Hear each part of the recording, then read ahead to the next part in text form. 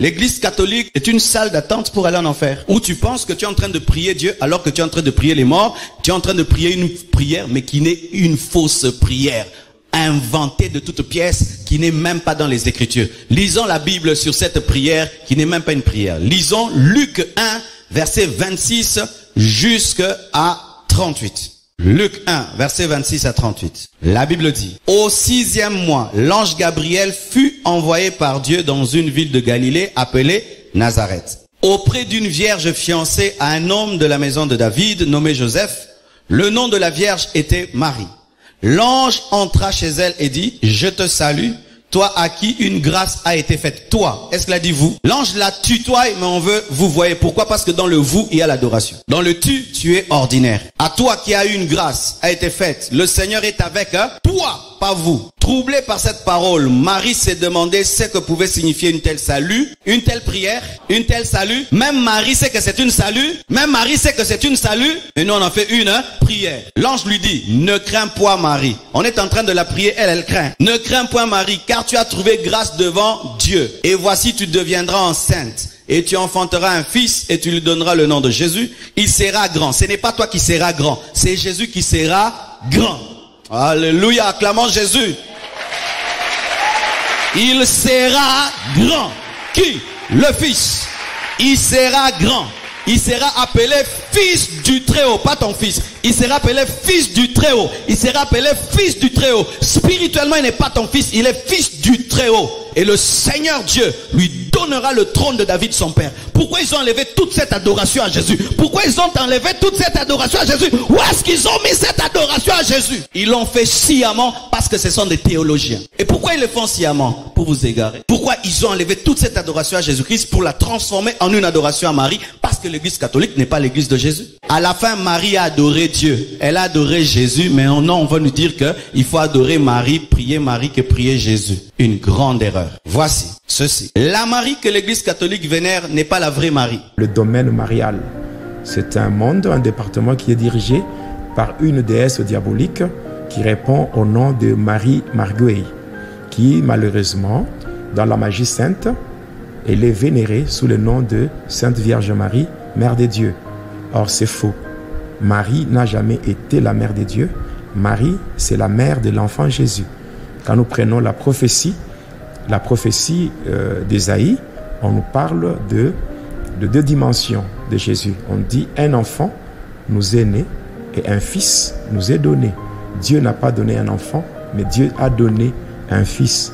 Jésus-Christ, c'est le fils de Dieu, mais l'enfant de Marie. Là, nous prenons Jésus, homme, enfant de Marie. Et par rapport à la divinité, Marie n'a jamais été la mère de Dieu.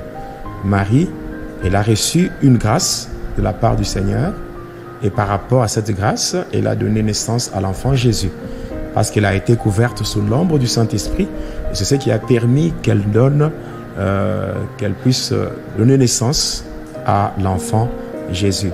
Mais cependant, dans la magie sainte, on est en train de parler de cette dame-là, donc Marie Marguerite, qui dirige le monde Armstrong. Le monde Armstrong, on l'appelle aussi le domaine marial.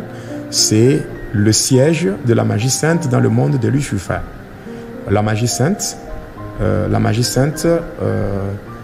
on l'appelle aussi magie catholique. La magie catholique, la magie sainte, pourquoi est-ce qu'on peut parler de la magie sainte? Parce que on peut se poser la question, est-ce que la magie peut-elle être sainte? La magie sainte, c'est tout simplement du satanisme qui se présente avec une façade chrétienne.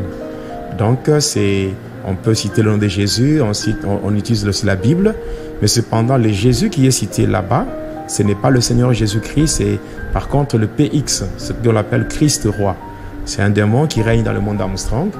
Je pense que si, à une prochaine occasion, le Seigneur nous fait grâce encore de nous voir, donc de nous revoir, je pourrais encore donner d'autres détails liés à la magie sainte. Et la magie sainte, comme je venais de le dire, c'est une magie qui a deux départements. Le premier département se trouve dans le monde des humains. C'est un État dans un État. Et cet État-là, c'est le Vatican. Le Vatican, c'est le siège de la magie sainte dans le monde des humains. Et dans le monde de Lucifer, c'est tout simplement le monde Armstrong, dirigé par une dame de ténèbres qui répond au nom de Mary Marguerite. Et Mary Marguerite, elle a plusieurs appellations selon les différentes contrées où elle est vénérée. Et ainsi, cette même dame, on l'appelle dans le domaine mystique, on l'appelle la mère de tous les dieux, donc les dieux qui sont dans le monde de Tiferet. Et quand on parle du monde de Tiferet, on voit ce qu'on appelle le système solaire, c'est-à-dire le soleil et les différentes planètes qui tournent autour du soleil.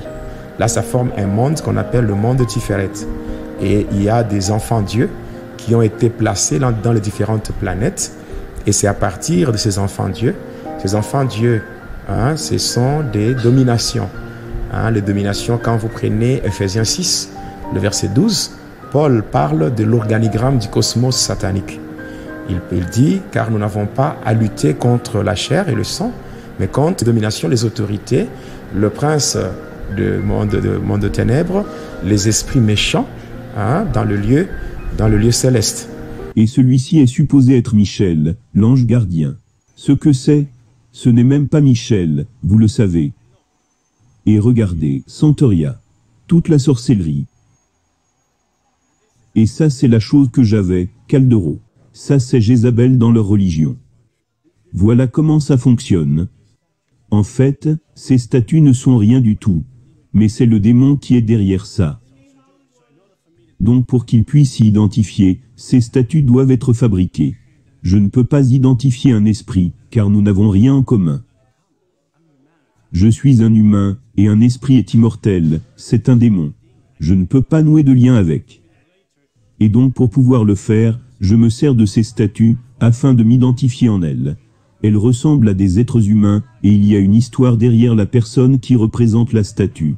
Et donc je peux m'identifier, et les démons peuvent passer au travers. Vous comprenez? La même chose pour ces statues-ci. Et ensuite ils se donnent des noms, des dates, et des anniversaires, qui peuvent être piégés par les forces démoniaques, les forces occultes. Ce sont des pièges pour les Indiens, et ces statues sont visées comme un camouflage pour leurs pratiques démoniaques, leur religion démoniaque. Il n'y a rien ici qui soit saint. La seule chose qui soit sainte ici, c'est l'endroit où je me tiens. Qu'est-ce qui se passe dans cet endroit?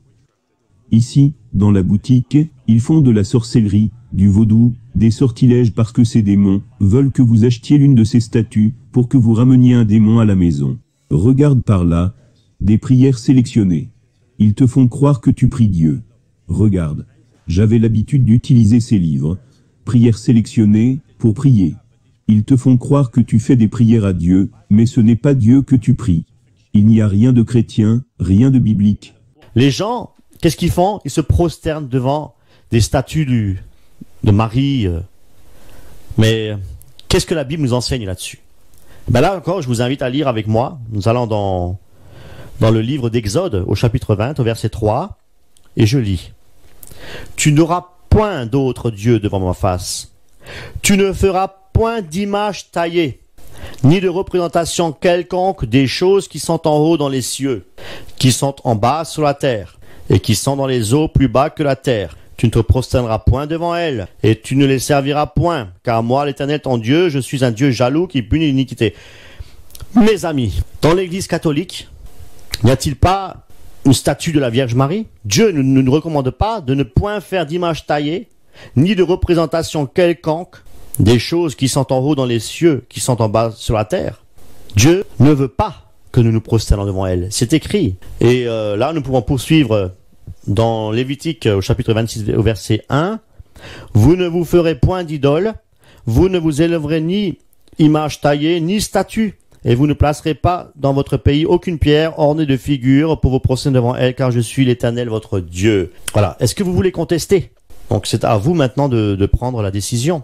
Nous allons maintenant voir notre cher prophète Jérémie au chapitre 7, verset 18, où il est dit, dans la parole de Dieu, « Les enfants ramassent du bois, les pères allument le feu, et les femmes pétrissent la pâte pour préparer les gâteaux à la reine du ciel. » Waouh!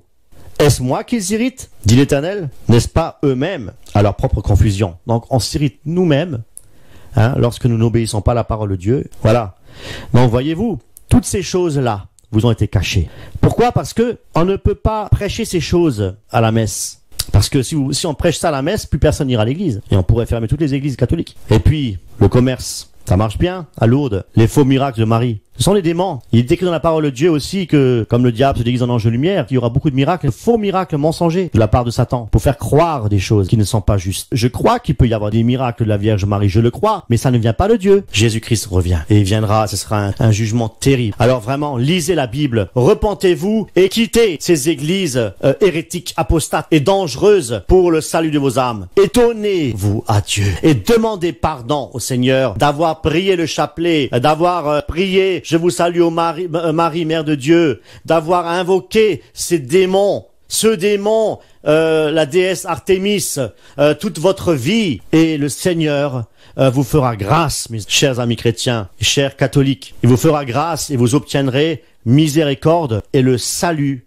éternel en Jésus-Christ de Nazareth. Le seul nom qui a été donné par lequel nous sommes sauvés, c'est Jésus-Christ de Nazareth. Voilà le véritable évangile. Mais c'est Isis, c'est Astarté, c'est Sémiramis, une déesse païenne féminine derrière laquelle se trouve un démon qui exige le célibat des prêtres. Juge 2, verset 13, nous parle de la Marie que prie l'Église catholique. Juge 2, verset 13. Ils abandonnèrent l'Éternel et servirent Baal et les Astartés. Astarté, c'était une divinité féminine. Lorsque Israël abandonnait Dieu, il allait vers Baal et vers une divinité féminine, derrière laquelle se cache un démon. Car dans le culte des divinités féminines, il y a toujours un principe. Les prêtres de cette divinité doivent être dans le célibat parce qu'ils ont épousé cette divinité. C'est pourquoi les prêtres doivent être célibataires parce qu'ils ont épousé Marie. Un culte aux esprits impurs. C'est pourquoi facilement un occultiste se sent à l'aise dans une telle église. C'est pourquoi les grands dictateurs prient là-bas. Pourquoi ils sont à l'aise? Ils sont à l'aise parce qu'il n'y a pas la présence de Jésus. C'est pourquoi les occultistes sont à l'aise. C'est pourquoi beaucoup de jeunes ont été initiés dans l'occultisme ou dans les internats là-bas. Jamais je ne considérerai un adorateur de Marie comme un chrétien. Jamais, jamais, jamais, jamais. Un constat. Remarquez. Avez-vous déjà rencontré un ami à vous qui dit qu'il est né de nouveau là-bas? Tu as déjà rencontré? Ouvrez vos yeux, mes frères et sœurs. Si vous êtes dedans, sortez. Si ton père est dedans, ta mère est dedans, tous les jours dérange, tu dois recevoir Jésus. Discute la parole avec tes cousins, tes cousines qui prient là-bas, qui soient dérangés, même s'ils vont te haïr, même s'ils vont te tabasser. Ils ont entendu la parole de Dieu et un jour ça portera du fruit. Amène-les à douter de leur base. Ne les laisse pas tranquilles parce que leur sang te sera redemandé. Comme tu as entendu cette parole, Dieu te jugera si tes frères et sœurs continuent à prier là-bas parce que tu connais la vérité et tu dois affranchir tes frères et sœurs. Nous ne recevons pas la parole pour nous moquer d'eux, mais pour aller vers eux et leur prêcher la parole. Et si tu ne savais pas discuter la parole, tu as maintenant des arguments solides pour les sortir de là. Et je te dis qu'au ciel, ils te diront merci. Au ciel, ils te diront merci. Au ciel, ils te diront merci. Cette chose est supposée être comme Dieu. Ils disent, elle est au-dessus de toutes les femmes. Mais la Bible dit, toi qui es béni parmi, non pas au-dessus, parmi les femmes, il y a une grande différence. C'est vraiment très dur. Cette image est supposée être le Sauveur. Cette image est supposée être le Christ. Écoutez bien, car les gens ont cette statue dans la cour de leur église, dans leur maison, dans les cellules de prison. Et voici ce qu'ils font devant elle. Ta famille est malade, et tu pleures. Oh, oh Marie. Marie s'il te plaît, Marie s'il te plaît. Oh Marie, aide-moi. Aide-moi Marie. Marie, aide-moi. Et certains d'entre vous mentent, disant qu'ils ont vu cette chose en train de pleurer. Suis-je correct? Vous dites que vous l'avez vu en train de pleurer. Ils disent qu'ils ont vu la statue en train de pleurer en Italie, l'ont vu en train de pleurer quelque part en Amérique. Une statue qui pleure. Si je lui donne un coup, elle devrait crier, n'est-ce pas? Elle devrait crier. Si cela a un pouvoir, ils ont tout faux. Marie ne crie pas. Marie, tu dois faire quelque chose. Vous voyez que cette statue ne pouvait même pas stopper le marteau. Les Écritures ne nous ont jamais instruits à nous agenouiller devant des idoles. Cependant, vous les chrétiens, qui êtes fâchés par mon acte, vous devez en fait dire Amen, parce que nous ne devrions pas nous agenouiller devant les uns, les autres. Tout genou fléchira, toute langue confessera que Jésus-Christ est le Seigneur. Pour la gloire de Dieu, le Père. Nous ne devons pas prier ça. Regardez cette image. Rien. Gloire à Dieu. Gloire Ah, Dieu, Dieu est le Très-Haut, Dieu est le Très-Haut, Dieu est le Très-Haut. Vous suivez Parole Inspirée TV, votre chaîne chrétienne, en replay et en streaming. N'oubliez pas de vous abonner et activer la cloche de notification, pour ne rien rater de nos prochaines publications. Vous souhaitez connaître Dieu personnellement, ou si vous avez besoin d'une prière, et souhaitez nous envoyer votre témoignage ou un message que le Seigneur vous a révélé, n'hésitez pas à nous contacter via numéro WhatsApp +242 06 982 21 58. Email, parolesinspirée2016@gmail.com. Tout pour la gloire de Dieu à Corinthiens 10, 31.